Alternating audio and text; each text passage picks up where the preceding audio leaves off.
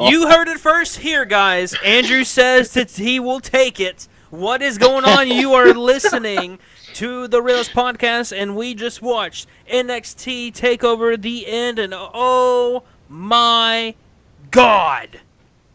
10 out of 10. 10 out of 10. Yes. 3 out of 10. Shut up, you idiot. Don't even. 10 out of 10 pay-per-view. That's how the main roster needs to do their fucking pay-per-views. That was amazing. Only 5 matches. They were 5 of the best matches.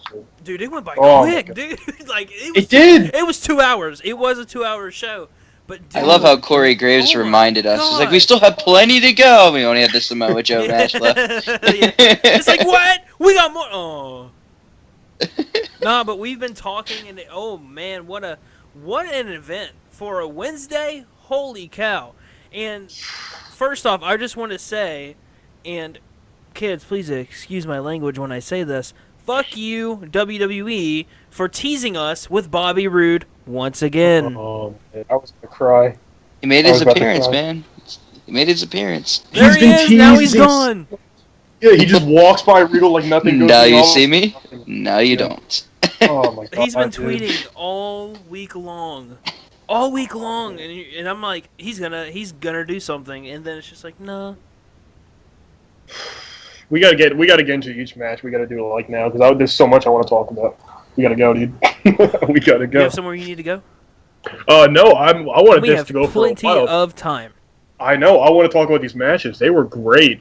Oh man, they were all great. But first, were you guys listening to us or watching our post on Facebook and Twitter?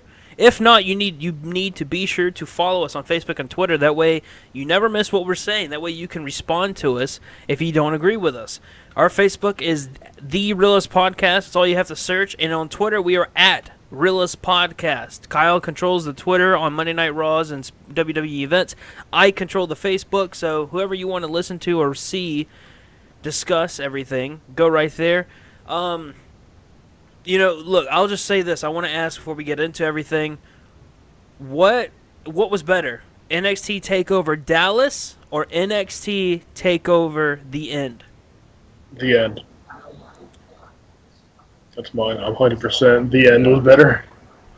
Really, why? I just think, even though it's only 5 matches, I think like the wrestling that we saw tonight was absolutely insanity. It was absolutely amazing. Like I said, it's only 5 matches, but really we saw like 10 out of 10 matches across the board. Every match had great like storyline leading up to it. The feuds were even great. Okay, not the first one, yeah, but still every match had great feuds. It was absolutely amazing tonight. Hey, like let's not knock the Ty Dillinger match. That was a decent match. No, I'm not at all. It could have gone on longer, but yeah, that was pretty good for what they were given.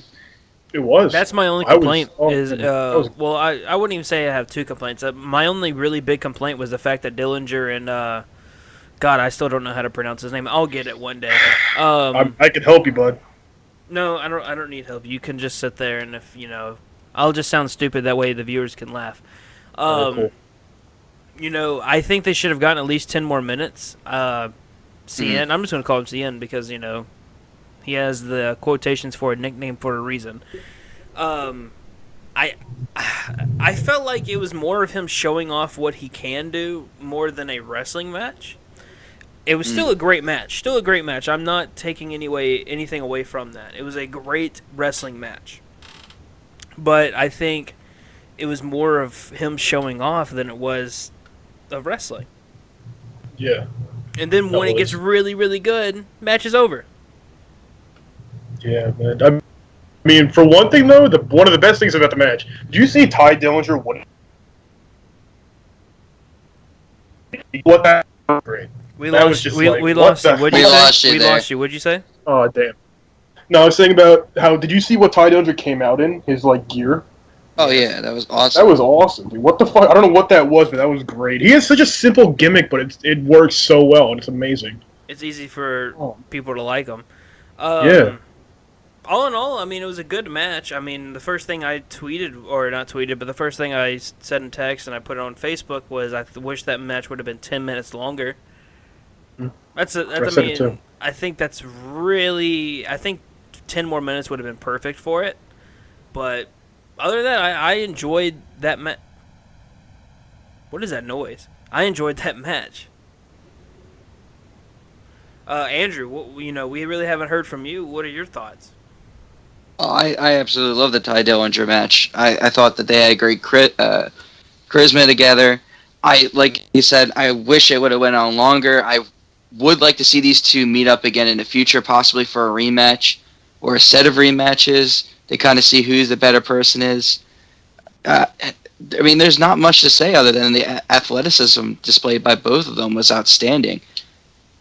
Especially that kick by Ty Dillinger when CN was in that handstand on the top rope. Like, I thought it was over there, to be honest.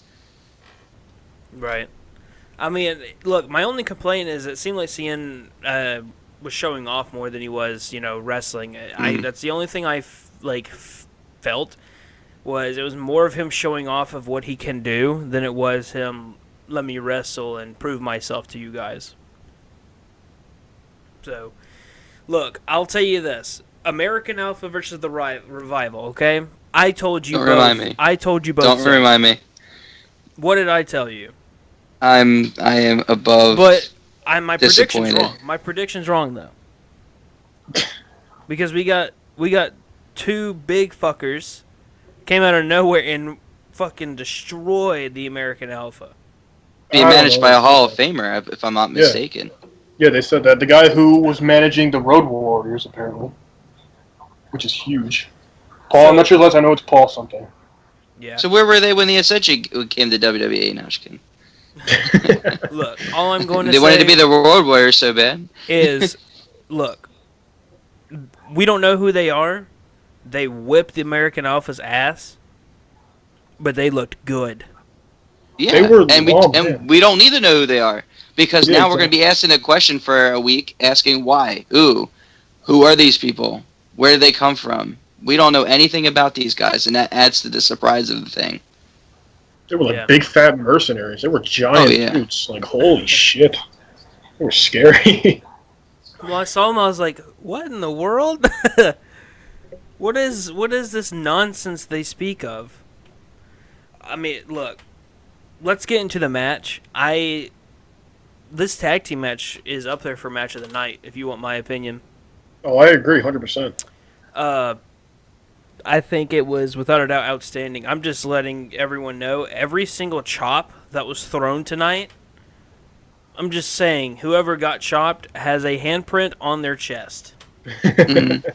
I mean, I heard every single chop. Mm-hmm. Oh my goodness, it hurt me. It really did. Yeah. But how about the reversal of the night, though? That was an outstanding. That double team reversal. That's the thing. That's what I love about the Revival. Like, I hate their character. I wouldn't say I hate their characters. They're a great heel tag team. I honestly cannot say that I've enjoyed a heel tag team in a very long time, and I really enjoy these guys. But the thing that they do, they don't do anything flashy. They don't do anything like that. What they do, in my opinion, to shine is their teamwork. Like the fact that they'll have like the hidden tags, they'll have like that reversal whenever Gable and Jordan were about to hit their finisher, and the fact that he helped them off of the part of the finisher, and then they hit their finisher. Like, that is what I love about the Revival. This is what the tag team needs to be. And I saw JD from New York tweet out, what are we watching week in and week out? This is what tag team matches should be, and I could not praise that tweet enough. That is so true. What we get in and week out with tag teams is, I mean, the main roster tag team division looks like AAA or AA compared to NXT's tag team division. It's sad. And, one thing I do like is the fact that Jordan actually did get beat up a little bit. That's one thing I've noticed, and I've said it for at the last takeover, is Jordan doesn't get beat up at all. And I think that's a problem because the only logical explanation I can have toward this, and, Andrew, I told you this over text, is Jordan is the least favorite of the two in the group. So why not have him be your Hulk? Try to get people to like you. So, that's the only thing I could think of about that. Guys, let us know in the chat what you thought of tonight's NXT Takeover the End. Oh my goodness, a 10 out of 10 event. People are going to be saying it's better than NXT Takeover Dallas. Now, I want y'all's opinions on American Alpha versus the Revival. I want you guys to go back and forth. Let's hear it. What do you guys got on this? Yeah, one big thing that I loved about the match too, it's that like there were so many moments when you thought the match was going to be over, and then they kicked out or broke up the pin, and then it kept going. That's what I loved. I want to be like on the edge of my seat, waiting to see what's going to end the match, and I got that with that match. That was one of the matches of the night where I got that over and over and over again. It would be like American Alpha hits a big move, but the Revival kicks out or breaks it up. Revival hits a big move, American Alpha breaks it up or kicks out. I loved it. That's one, like I said, it's the biggest thing that I loved about this match. Just like the anticipation of being on the edge of my seat. It was amazing. It's definitely up there as match of the night. One of them at least. There's no doubt about it. It's definitely a match of the night for sure. And, you know, I love both the Revival and I love American Alpha. American Alpha is by far my favorite tag team, probably since the Hardy Boys. And I think I mentioned that to you earlier, Blake. Like, the Hardy Boys, back in the day, were my team.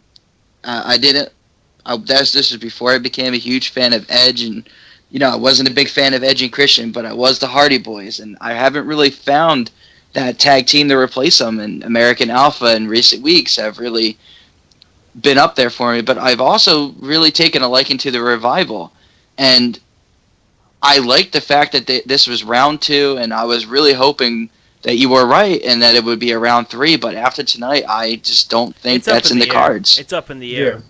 Yeah. I mean, obviously, American Alpha is going to tango with this new team. It has to happen. You need to get your revenge on them. I don't think it'll happen at a takeover. I think we will see them feud on TV tapings, but oh yeah, I don't know. I really don't. I want round 3 to happen. I do. I think it must happen. But you know, I'll go back to the Revival. One of the big reasons why I love the Revival is the simple fact that it's not their characters. Like, I like that they're heels, and I like the way they basically are as a heel, but their work ethic is just amazing. I love what they do in the ring at takeover events.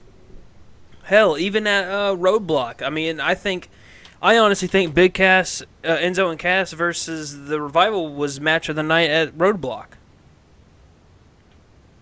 So, I mean, at this point, I'm 2 for 2. Because both of you said, nah, American Alpha will win this. Nah.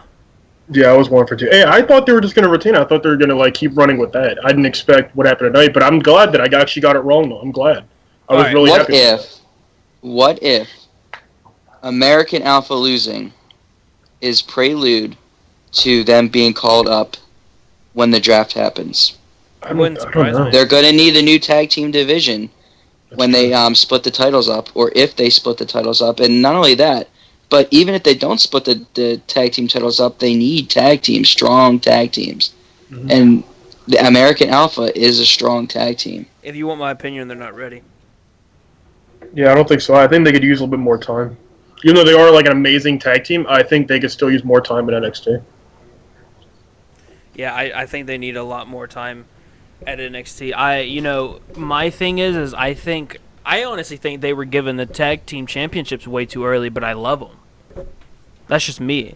Mm-hmm. I think it was a little bit too early for them to have the titles, but I didn't care. I mean, it's my favorite tag team, and to be completely honest with you, and I've told you this, Kyle, I have not enjoyed the tag team division in a very long time in the WWE, and I mean, I have loved every single moment from NXT. But Kyle, I know the next topic we're going to be talking about, you're going to have a lot to say. Oh, yeah, definitely. Shinsuke Nakamura versus Austin Aries. Man, I was so happy seeing this match. I really was. I'm happy for Austin Aries. If you want my opinion. I think that Austin, I said it on the pre-show or in the prediction show. I think Austin Aries really needed to look strong in this match if he wants to really prove to everyone that he deserves to be there. Because, I kind of defended him at TakeOver Dallas. I said that Baron Corbin doesn't work well when it comes to the people like that wrestle at Austin Aries' pace. Baron Corbin wrestles at his own pace. Well, Well, Baron Corbin kind of really doesn't do well in his NXT tapings, and then out of nowhere, Takeover the end, potentially match of the night between Shinsuke Nakamura and Austin Aries.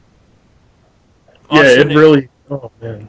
Aries showed up. Even though he had control of the majority of the match, he showed up, and that's what needed to happen. Yeah, exactly. He really needed that. Even though he did end up losing, though, he really got to show off exactly like his wrestling style, his ability, why his moniker is that he's the greatest man that ever lived. He called himself that, and that's not. He lives up to it, though. He really does. He's amazing in the ring. And I even said before, like on the prediction show, it's that Austin Aries is gonna. I think if he comes in tonight and wrestles and like how he normally does and how good he is and shows it, then he's gonna and like it's gonna be match of the night. And I really do. I'm not just saying this. I really do think that was match of the night. They put on a clinic. It was amazing from top to bottom. Everything about it. The pace of it was great. The wrestling itself was great. I also love to see though because we've seen a lot from Nakamura where really it's like he's not human. He basically just a bunch of shit. He destroys his opponents kind of thing. We got to see tonight though how he really he got beat down a lot. He got Aries was focusing on the knee. He was getting beat down a lot. Aries controlled a lot of the match. I loved seeing that because I want to see that Shinsuke is human. He can be beat down. He could almost be beaten too. And I would have been fine if Aries had won that. I actually wanted Aries to win, but even though Shinsuke won, which I mean, yeah, they're going to keep running with him. It's that Aries is showing why he shouldn't be under the radar. He should be a guy to watch who can go after the title at any time and still be able to hang with the best of them. And he proved that tonight, even though he lost. Well, I have one complaint about this. Shinsuke did not sell that knee injury at all. Yeah, he didn't much at all. And Aries was beating other than grabbing it once, I mean, he went around on it fine. Didn't seem to phase him afterwards. It honestly seemed like he forgot. Yeah. But I'll say this as a fan of Austin Aries, I look at this as a win for him because he looked really good tonight. Definitely. He looked very strong. And at this point, Andrew is 0 for 3. And I'm getting nervous here. Yeah, I've never been this wrong about a takeover event ever. No, never. I normally at least get 3 right. 3 out of 6. Hey. I'll break even. Hey man, trust me, I know the feeling. Kyle and I at WrestleMania, I think we only got 2 matches right. Oh yeah, that was a shit. And then of course, out of all people, our former co-host Chris, who wasn't watching wrestling a lot, gets 75% of the matches right. Yeah, because he said fucking Zack Ryder would win. Who out of all people, who would have guessed that? Out of all people, he's like, I'm just gonna say it, Zack Ryder. And then we're he's like, I fucking told you, and I'm like, and then loses it on Raw. Yeah. What the fuck? Really? But when I look at it, and I was really impressed with this match. They both were absolutely amazing. It really introduced me to their style a lot more. And now that you got to see them both compete at their style, their position. But going back to what we were talking about earlier when it comes to, do they deserve it? Right. And that's the thing. They just got here. And then again, we know that Bobby Roode is in the back. He's possibly the next NXT superstar. Such a tease. And I know that one thing that we were thinking about and we were wanting so bad is for him to confront Joe. Mm-hmm. Now, these guys have all proven themselves in other wrestling industries, whether it was TNA, ROH, New Japan Wrestling, whatever. What does it take to prove that they are ready at this moment, even though they've had that experience? You know how Samoa Joe had to jump through hoops before he finally got his chance at the NXT Championship. What makes these 3 different? That they can jump right in line. And that they're expected to jump right in line. Right. That's the question that I would propose. Yeah, I feel you. But look, if Bobby Roode does come up, well, he is coming up. Look. It's it's that one super it's your fucking crush, and she's at your place, and shit's getting real, and it's about to get good, and she's just like, bye, and you're like, all right, you know what, you blue balled me this time, but next time it won't happen, It gets a little bit better the next time you see her. Oh, God, it's getting better. You're getting further and everything. Bye. You get purple and blue balls. So guess what? Bobby Roode walking behind William Regal, and William Regal gave him that look. And I'm like, he's coming out. He's going to come out. Woo! Kyle and I prayed. Blowing up my phone. Prayed. Yeah, let's go. Let's do it. I think just seeing Bobby Roode and it was just amazing. And the fact that this asshole is still tweeting out stuff is pissing me off. Well, no. See, he's building the anticipation. Though. That's the good thing. That's the beauty of it. He's building it. He came out at Dallas. We saw him in the crowd. Now tonight, he came out like he was behind William Regal doing that kind of like walking in the office kind of thing. He's building the anticipation. He's tweeting it out. He keeps building it. When we see him, the crowd's going to go even more nuts than they would have before. That's the point of it. It's great, honestly. I mean, I hate it. I just want to see him already. I want him to come out to the ring. But, I mean, the anticipation is great because it's going to, like I said, it's going to make us appreciate him being here even more. I guess. I mean, look, the guy needs to be pushed just like Samoa Joe was pushed when he first came in. That's just the God honest truth. He really needs to be pushed hard. And I'm sure he will. I guarantee he will. Like, he'll be, like, at the front of the line for a fucking touchdown. Basically, like what Eric Young did, probably that kind of thing. James Storm needs to come out, and they need to start beer money in the WWE. Oh my God. Beer! Well, didn't he go back to TNA? Yeah, look, for anyone that knows the TNA scene and everything like that, Andrew here does not know anything on really that much about TNA. So we're going to give him a little history lesson. So James Storm came, NXT. Then he signed a contract with TNA because Bobby Roode convinced him to come back to restart Beer Money, which is basically like their top tag team in a very, very, since 3D. Yes, the Dudley Boys. Mm-hmm. So James Storm is under contract with TNA and Bobby Roode's with WWE. And I remember saying, what a dick move that was. But, hey, let's move on. Asuka versus Nia Jax. Now that was a surprise. That really was. I even said Asuka to win. I was still surprised at the end, though. And it's interesting, too, because we did not see the typical Nia Jax. And I say that, and you guys could argue that point because she still dominated to a certain extent. But it was not what we saw with Bayley. Bayley, we saw maybe like a 30-second offense, and then Nia Jax squashed it and dominated for like another 5 minutes before she turn the tables or try to turn tables again. With Asuka, they did their best to make it look like it was back and forth. It seemed like Nia was getting the upper hand like she always does, but it looked like Asuka actually put up a fight. She had her down on her knees several times before she finally pulled the trigger and executed her. And that's what it was. At the end of the match, it was a pure execution. Nia Jax, literally the war cry that, like, melts your heart. And then Asuka just, like, nope, you're down. I have a developing story here. Triple H is live right now on Facebook. And according to Triple H, NXT is no longer a developmental brand. It's a full-out brand now. So that's just a developing story. And rightfully so. I don't think that they should get the developmental brand status because of the quality matches that they're putting on. If they're putting on stuff that's better than the main roster, they shouldn't be considered a developmental brand. I saw a tweet, and it's so true. I should totally roast the Inquisitor, but because they spelled Bobby Roode's last name wrong, they just spelled it R-U-D-E. Oh, so here is my thought, or what I was going to say.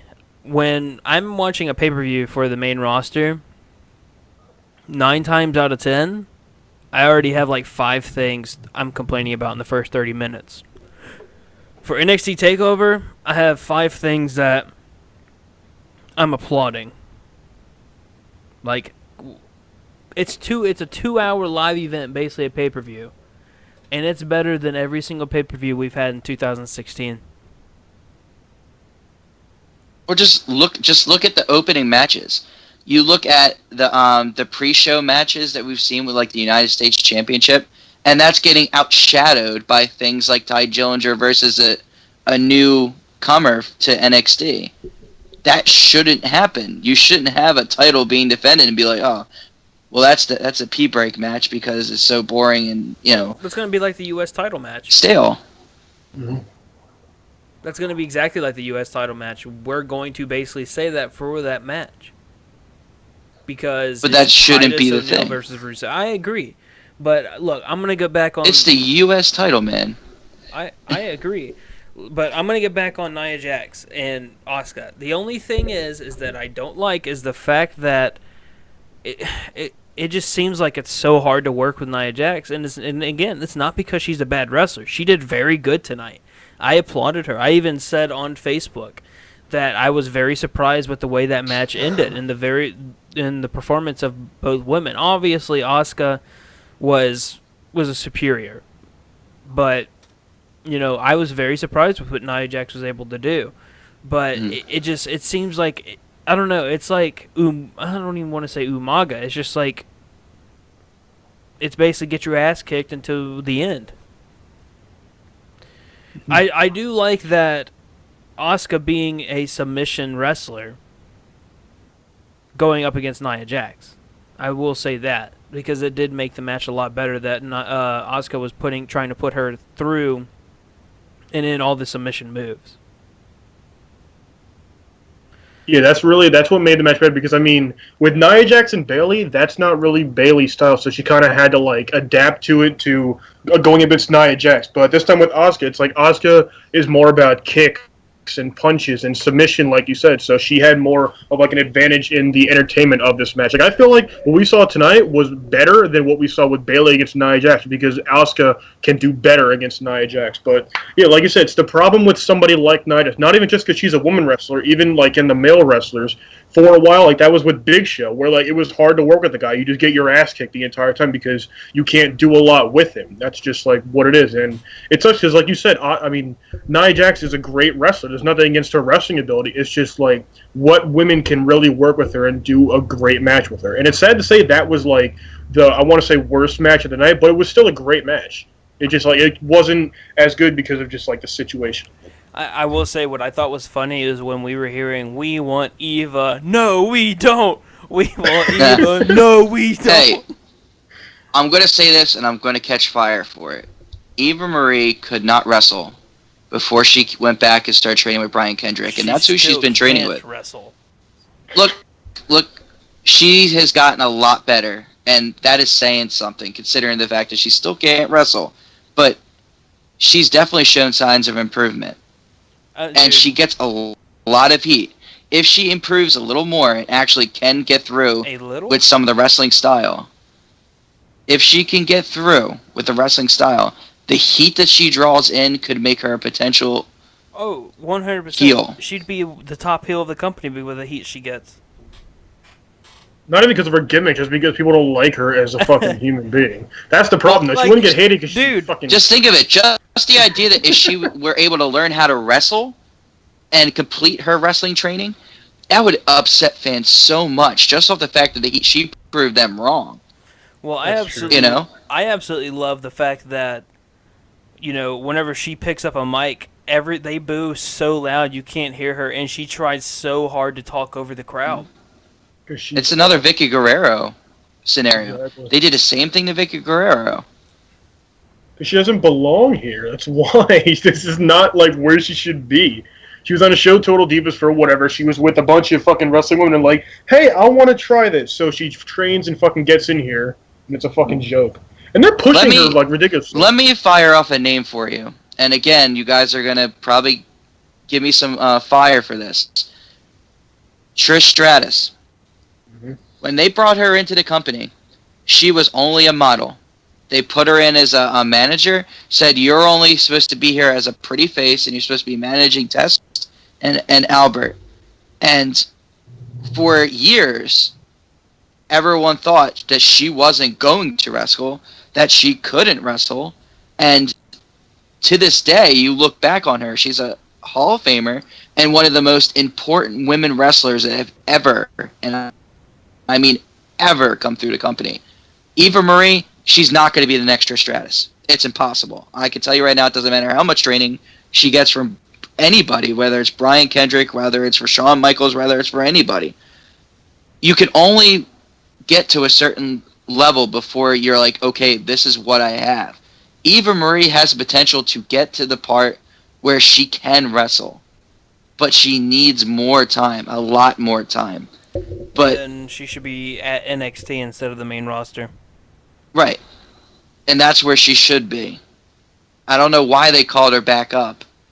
For WrestleMania, they should have just kept her in NXT where she was developing and where she has shown signs of improvement. And apparently, somebody in the main roster believed that she developed enough to get called back up to the main roster, which is surprising, but it goes to show you how she has improved. Yeah, they were drunk. There was even, I know they're, working on actually a tag team. Remember Amanda from Tough Enough? Do you remember her at all? One of the blonde chicks? Yeah. Well, they were, they're working backstage of, Eva Marie and her being a tag team. Or, working as a duo kind of thing on the main roster. I heard that, and they wanted their dye her hair blonde. Yeah, exactly. Yeah, and Eva Marie just wouldn't have it. No, she can't because her image is the creative team is trying to get hate. They're really trying to get people to fucking hate the creative team is wanting Eva Marie, dude. If creative team had it their way, or if some people had it their way, probably backstage, Eva Marie would be your women's champion. Oh my god! Imagine the riot. Could you imagine? Interesting thought. But look, let's get back to this. NXT Brooklyn, by the way, that got announced tonight. NXT Brooklyn will be happening in August 20th, right? Not 21st. Oh, it's so far away. It's so far away. So many stories can be told. So, what do you guys think? Who does Asuka face at NXT Brooklyn? Eva Marie. No, just kidding. Man. That's I want such a hard to say decision. Bayley, but I don't think they would wait that long to have that rematch. I don't think Do we see another Asuka versus Nia Jax possibly? No, I think that's over. I don't know. Because like I said, I would the best person you could really say is Bayley, but I don't know if they're going to wait that long for this match. I don't know. I honestly, thinking of it, we could see Bayley. But Bayley also said on Breaking Ground right before I got off, she said, I will be at the next WrestleMania. Yeah.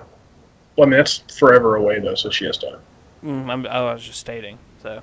Yeah, I got you. I don't know. It's a hard thing, because, I mean, there's not really... The problem with the women's division NXT is that there's not really a lot... I mean, they're starting to build, bring in more talent, but there's nobody you could really see, sit back and say, okay, who's up for the title next? There's no one really you could say. Nia Jax went up, and then Bayley is probably next in line. But then who besides her? What, Carmella? You got either Carmella or Alexa Bliss. Those are the only two options. Which aren't even that good. They're still, they're not at that point yet. They still need a lot more. Right now, if you want my opinion, there's only two women in the women's division for NXT that can really say that deserve that title, and that's Bayley and Asuka. I'm bashing Nia Jax. It's just, like I said, it's so hard for people to work with her because of how much of a size difference it is. And, I sound like a guy that's, calling her fat. No, it's just she's taller. She's like the Andre the Giant. No, they've never had a woman like that wrestle. You could say Karma, but Karma was there for 2 weeks, was pregnant and had a miscarriage, and then showed up at the Royal Rumble. That was it. Yeah. So, I mean, we really touched everything that we could touch on with this. Now, the main event. Samoa Joe versus Finn Balor. Hey, Andrew. Andrew, I'm gonna take this off my microphone. That way I can get really into it. You ready? Hang on, let me move my mic. That way you can hear me. Hey, Andrew. Andrew. Yes. I told you so. Hey, I was happy. A first happened. I was first of all, I was right. Finally, 1 and 4 or 1 and 5, right? And 1 for 5 tonight. 1 and 5. Woohoo! Let's clap, man. I'm 1 and 5. Oh my goodness! But what made this even sweeter is the fact that I was so nervous going into this match, because as soon as I saw the beginning of Finn Balor's entrance, I'm like, holy crap, he's gonna have the paint. And for any of you who did not tune into the pre-show, and I suggest that you do, one of the things I brought up is that Finn Balor has not lost a match for a title, or I don't think any at all in NXT, while he has had the face paint until tonight. Tonight was the first night that he was pinned as the Demon. And that's a big deal. I feel like the fact that Samoa Joe pins the Demon puts an end to Finn Balor in NXT. But we don't know that for sure, though. We're assuming. We don't know that for sure. But I feel like the fact that he gave his all in this championship match and failed is a prelude to him leaving NXT. Yeah, and it's the perfect way to go out. There's no reason he needs to come on NXT, talk about things, have another match. No, this was the perfect way to go. It was NXT Takeover in the title match. He lost fair and square, put up a great fight, but it was a great match. But he lost, he got pinned, and that's it. Let him go out with that way. Don't have him come on NXT, say anything, have any other matches. No, have him go out like this, up to the main roster. He's done it. He's paid his dues. Did you realize what colors his demon was? Yeah, black and white. Yeah. Is that the colors of the club or something? I didn't think about that. Dude, I was thinking, man, come on. The club is doing their best to try to be the next NWO, so. Oh my god. I didn't even think about that until right now. That's funny. That could have nothing to do with it. You realize that, right? You know what? It might not have anything to do with it, but you know what? Conspiracy. Yeah. Gossip. I mean, I'm just glad that we finally get to see just Joe win, and he gets to finally have his reign. It was a great match. I mean, I wanted to see more. Like, I want to see blood or that kind of thing. I was surprised Finn didn't even jump off the top of the cage. I was expecting that 100%. He didn't have enough like. I'm just gonna say, I wouldn't even say cage, leverage. He didn't have like the balls enough. No, like enough room for his feet to be balanced. I think it was too small at the top for him to jump off. Because I was said it too. Like at the end of the match, I was texting. I was saying, hey, this is where he's gonna mess up. He's gonna go to the top. He's gonna try to do a coup de grace from the top of the cage. No, that would have killed Joe. And that's when Samoa Joe grabbed him. Oh my god, that would have killed him. Like, that would have killed Joe or killed fucking Balor's ankle. Oh come on, no, it wasn't. That cage was not high. No, that cage was not high at all compared to the regular cage. No, the coup de grace is one of the most dangerous moves. If Balor lands anything wrong on top of someone, it could kill them. His ankles are shattered too. But I think that was a perfect way to end that feud, a muscle buster off the top turnbuckle. Yeah, that was great. I love that. I want to see like blood though. They could have went like a little bit further with it, but they won't. Fucking PG, man. Look, I was fine with it. That's honestly that match is also up there for match of the night. I will give it to it. I think that was up there for match of the night. After the first muscle buster though, I was kind of like, fuck. No. No. And then he hit the coup de grace. I was like, there it is. There it is. And he kicked out. I was like, okay. But what was scary was the fact that when he kicked out of the muscle buster, Joe, stumbled back and was like, oh my God. And then he went in for the sleeper hold, and then Balor got out of that. And I was like, oh my God, it's a repeat of Dallas. Excuse me, it's called the Coquina Clutch. Excuse you. Excuse you. Not a sleeper hold. I don't care. Well, you need to, man. Come on.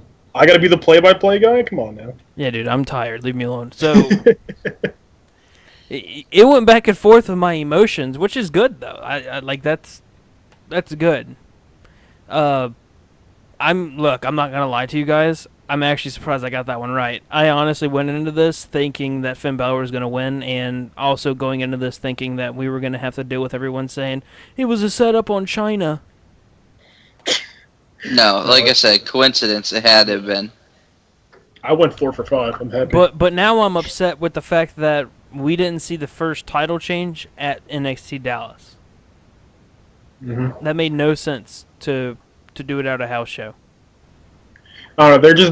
They're just trying to make a point where it's like, okay, anything can happen on a house show. It doesn't have to be a live event or a takeover. Anything can happen. Then you do that to the women's championship or the tag team. I don't think you do that 2 weeks after a takeover event. I don't think so either. But I mean, I don't know. It is what it is, I guess. I mean, it is what it is. Now it's just, what's I going to guess they figured that the NXT Championship could take it, as opposed to like the Women's Championship or the Tag Team Champions. That could have ruined it or made it devalued in a certain way.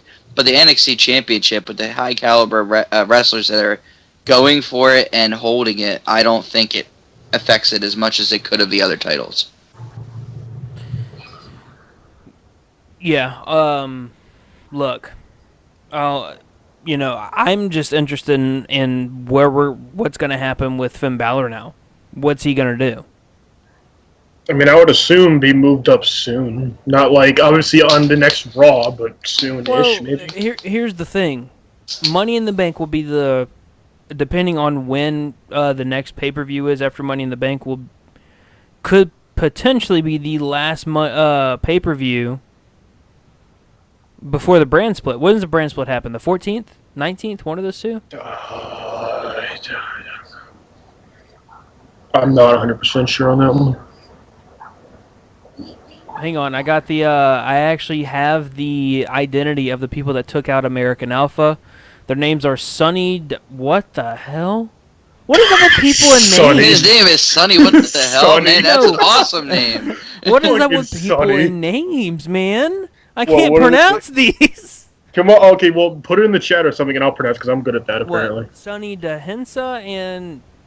Sonny, it's probably a silent name. It's probably like Sonny Dinsa and Jism Salmani. Jism, that's... Jism Salmani? I don't know. I don't know. Well, we know their identities now. Yeah. That's a mystery anymore. Those are some bad names, but okay. Bad names, We'll just wait for Todd or whatever his name my is. My wrestling name is Sonny and Jism. Those are my names. Wait, yeah, Sonny's a porn star now. Not Sonny and Jism. Oh my god. Yeah, right. So bad. Hey, they looked very impressive though in their debut. Yeah, 100%. Taking out a red hot American Alpha, fresh off a loss. Red hot American Alpha. They're so hot. Hey, they were on fire. Yeah. Look, I'll give it to up them until that pay-per-view. 100%. And they were on fire in the match. They look strong. Not match of the night, but definitely a great match. At least not for me. I don't know. I can argue that. I feel like they're match of the night. They put on a hell of a show. Honestly, they really did. For this takeover, it's very hard to say which match was match of the night. You can exclude the women's match. I think that was the weakest match out of all of them. Other than that, it was hard. Every match was great. You could also throw in Dillinger versus Cien or whatever. Andrade Cien Almas. But, I think if you give them 10 more minutes, you have the potential of stealing the show with them, too. Definitely. It was great to see. So, look, let's move on. 43 minutes now. We've been live. Match of the night, go. Well, American Alpha and the Revival. Nakamura and Aries. I'm going to have to agree with Kyle. Even though I said that Finn Balor and Joe had to have it, I think Finn Balor and Joe really did do what they needed to do to end that feud. Definitely. Weakest match of the night, I think we can all agree upon it. Yeah, the women's match. It was merely the circumstance of the situation. That's why. Because I mean, if you put it's not even like we're shitting on the women's division. It's just like if we said the basically of who's in the match, Nia Jax being hard to work with. That's the only thing. Yeah. Look, I honestly think that using the terminology "the weakest match" isn't giving them enough credit because, like you guys said, it was not a weak match in the sense of the word. It was a good match. It just what match could you go take when a piss it came break to the on? rest of them? There you go. Yeah, it's one of those matches. It's kind of like, okay, well, which one was not the best in terms of all the matches together, and it's just because of the awkwardness between the two. And I honestly think Asuka brought out a lot more with Nia Jax than anybody could have up until this point. Like I said we earlier, saw the best match that Nia Jax could deliver with Asuka. Because, in my opinion, because Asuka is a submission wrestler, so we got to see more and a striker. A pure striker. So we And a got pure like Bailey, very technical wrestler. She can't be technical with with Nia Jax because she can't do anything. Exactly. So That's just not her style. Look, I'm not gonna lie. The promos that Asuka's done, where she's like yelling Japanese, and then when she's in the ring yelling Japanese, like I would straight up be like, "Look, you win, bitch." The last NXT we saw, she was like, I was like, I don't know what she said, but she looks mad. All right, hey, you win. Yeah, but the great thing about tonight's takeover though was that like every match, I mean, except the first one, had a great storyline leading up to it though. They really were all great storylines, great feuds that were building. Hey, look, and you knew that you were going to expect that from the Ty Dillinger match because exactly. it was a random match just put in there to kind of showcase this guy. Did you guys hear Asuka at the contract signing when she's like, "Nia, you talk too much." That's what I was talking about. About saying that random shit. God. When she said that, I was like, "Nia, you about to die." She's about to get her. I think they said it best. Asuka's gonna kill you. She's going to get her samurai sword and fuck you up. But I have a question I want to ask you guys. So now that we saw what happened at the takeover, you are gay. Okay, fuck you. So I mean, it doesn't be for every single match, but for like the main matches, I want to say, what do we see next for like each, like for the people who won the matches, lost the matches? What do we see next for like each kind of thing? Nakamura, we'll see him going. I think we'll see him going for the title. Dude, Samoa Joe against Nakamura. Oh my god, that's gonna be insane. I think with Finn Balor, I think he's gonna do what Enzo and Cass did. I think we'll see a hiatus from him until he gets called up. Austin Aries, I think, could be Bobby Roode. If Bobby Roode has signed, yes, I think we could see Bobby Roode versus Austin Aries for Roode's first feud. So Aries can lose again. Yeah. That's the problem, man. No. Aries, in my opinion, has deserved to lose a little bit because of the way he's wrestled in the past. Now, if he wrestles like he did tonight, every single time he's on TV, he deserves a win. He's going to. Yeah, he just needs a better people to go up against that are not Baron Corbin. Ty Dillinger, I think needs a real feud. I think we'll see him get called up. He's so. I think we'll see him get called up and become that mid-carder, kind of like Dolph Ziggler. Really, that would be great. Asuka, I'm pretty sure we're gonna see them versus Bailey again. Nia Jax, I don't know. I think we'll see her in the hiatus until after Takeover Brooklyn. CN probably gonna get a push until the next Takeover or something. We could see him versus Austin Aries. You don't ever know. Who else? American Alpha. See them facing off against either the people that beat them up tonight or the Revival. And if you want the God honest truth, the Revival can either go up against American Alpha or who they faced last week at NXT. Gargano. Oh, yeah, Gargano. We could see them going after Brooklyn because they looked really good against the Revival. They did. It's not a bad idea, yeah. So what about you, Andrew? Do you have the same kind of opinion or what? So for me, I kind of agree with most of the predictions here. I definitely think Austin Aries at some point will feud with Bobby Roode if he is in fact signed and they're not just messing with us. I also think that Austin Aries might get his own feud with somebody maybe up and coming. Could be this this new wrestler that faced Dillinger today. I doubt it because he seems to be running the face card unless Aries is going to turn heel.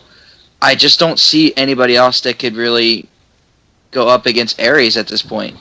I mean, who do they really have to offer? I mean, Elias Sampson maybe, but he got hurt. For those of you who don't know, I mean, I read an article this morning that he got hurt. I think it was on a live show this week. So he's out, and he's in a cast, so he's going to be out for a while. Who? Elias Sampson. Oh, yeah, he is. I'm sorry, but hurt. The Drifter. He is hurt, and I agree with Kyle. Good. I don't like him. I'm sorry. I don't like him at all. He's awful. But I mean, he's the only other heel we really got running right now other than Samoa Joe. And after Aries lost to Nakamura, I doubt that he's going to be in the running with Samoa Joe. I guarantee I just want to say real quick, I guarantee with Aries, we already saw in the promo on the NXT with Nakamura that he was saying a few heelish things, and tonight we definitely saw more of a heel kind of attitude. I guarantee on the next NXT, he's going to be more of like a fully turned heel. I guarantee we see. You could say that about Sami Zayn. Sami Zayn versus Nakamura. Sami Zayn played more heelish. Well, it's not just that. It was more like Aries saying before even Nakamura came on the last NXT, a lot of the stuff he was saying is heel, like the spotlight should be on me, all that kind of stuff. And then tonight, like I said, I mean, Sami Zayn went against Nakamura. Sami Zayn didn't really wrestle like all that heelish. Tonight, Aries really was going like a really heelish. Look, I have two things to say. First off, if anyone ever is self-conscious about this, it is normal to fart 12 to 25 times a day. I was reading Twitter, and WTFX is letting me know this, so don't worry, guys. That's normal. Second off, look, I think most of this is Austin Aries. It's personal frustration because in reality, when we saw his debut, we were flipping the fuck out. When we heard Nakamura was going to wrestle Zayn, and we saw all that happen, Kyle. By the way, I want you to tell everyone how far along did I say that Nakamura was facing Sami Zayn? At Takeover Dallas. No, how far? Like it was a month in advance before it was even announced. Oh yeah. Cough. I think, like he said, all the buzz around Aries, he kind of slipped under the radar. I think it was more personal frustration than it was him being a heel. That's true, but I mean, I want to say especially with him losing, like I said, it's that he's a better heel than face too. By the way, I mean I've seen him in the past. That I think just like I said, it's him falling off the radar. But I just think especially after losing and how we saw how he wrestled tonight, I could guarantee on the next NXT he will come out more as a heel. I guarantee he'll embrace it great. The crowd will even love it too. He's a way better heel than a face. If he doesn't, you have to shave one of your eyebrows. I'm not doing the thing you did with Chris where those ridiculous bets. It's not happening. I don't know where those bets even came from. Like, Chris was straight up like, if Roman Reigns loses, I'll let you hit me in the back with a ruler. Okay. That's a deal. I'm always down for it. By the way, guys, we're reaching the 1-year anniversary of the Realest Podcast / Wrestling Rocks coming up after SummerSlam. Damn. Celebration. Yeah, dude, we're totally gonna celebrate. Cool. Let's do it. So, this, in my opinion, is the most boring part of NXT is the results of any NXT takeover and seeing, the 1 hour of everything unfold. Now we have, a month and a half, if not a little bit longer, until Brooklyn. I think we'll have great storylines come up. But before we go, be sure to follow us on Twitter and Facebook. Like I said at the very beginning of the show, our Twitter is twitter.com/Realest Podcast. We're at Realest Podcast. Our Facebook is The Realest Podcast. Be sure to hit that like button if you're enjoying what you're listening to. Hit that subscribe button. That way you never miss a show that we do. We go live on Monday nights with the Monday Night Review. Wednesdays is the in-game podcast where we go over basically the big topics in video games. We did round 2 last week. We're not doing it tonight, obviously, because of NXT. So be sure to listen to that. We're going to be going big with E3 coming up next week. Friday or Thursday is next big thing. We talk everything NXT. Not going to happen this week, obviously, because we're doing NXT tonight. So next week we'll be bringing back next big thing. Saturday is Keeping It Real, Blake and Kyle. We basically go over what's going on this week in the WWE. I'm sure this Saturday we're going to have a lot to talk about. Hopefully Bobby Roode will come up. And, in the near future, we'll have Tuesdays going live with SmackDown. We might add a new voice. Who knows? We're also getting close to the 1-year anniversary. Kyle's going to be giving away $1,000. No, I'm joking. So, is there any final thoughts before I sign us off? I mean, I was pleasantly surprised about how great of a show it was, and yeah, definitely stay tuned for next big thing coming up and keeping it real because we have a lot to discuss. There's a lot of stuff going on. All right. Well, until next time. Hey, well, Andrew, did you have anything you wanted to say? NXT 10 out of 10. 10 out of 10. There you go. I agree. 10 out of 10. That's the only way you can describe it. It was a great program. It kept me on the edge of my seat from beginning to end. Yeah. 10 out of 10. This is something, if I have a friend saying he's wanting to get into wrestling, this is something I would show him. Definitely. This is what I show him. 100%. I don't show him payback. So, Oh, no, please don't. Until next time, I'm joined by Kyle Lepore, Andrew, or for Kyle Lepore and Andrew. I totally went blonde there. I'm Blake Carter. We will see you this Saturday with Keeping It Real, Blake and Kyle, and we will be live next Monday with the Monday Night Review. So, until next time, peace out.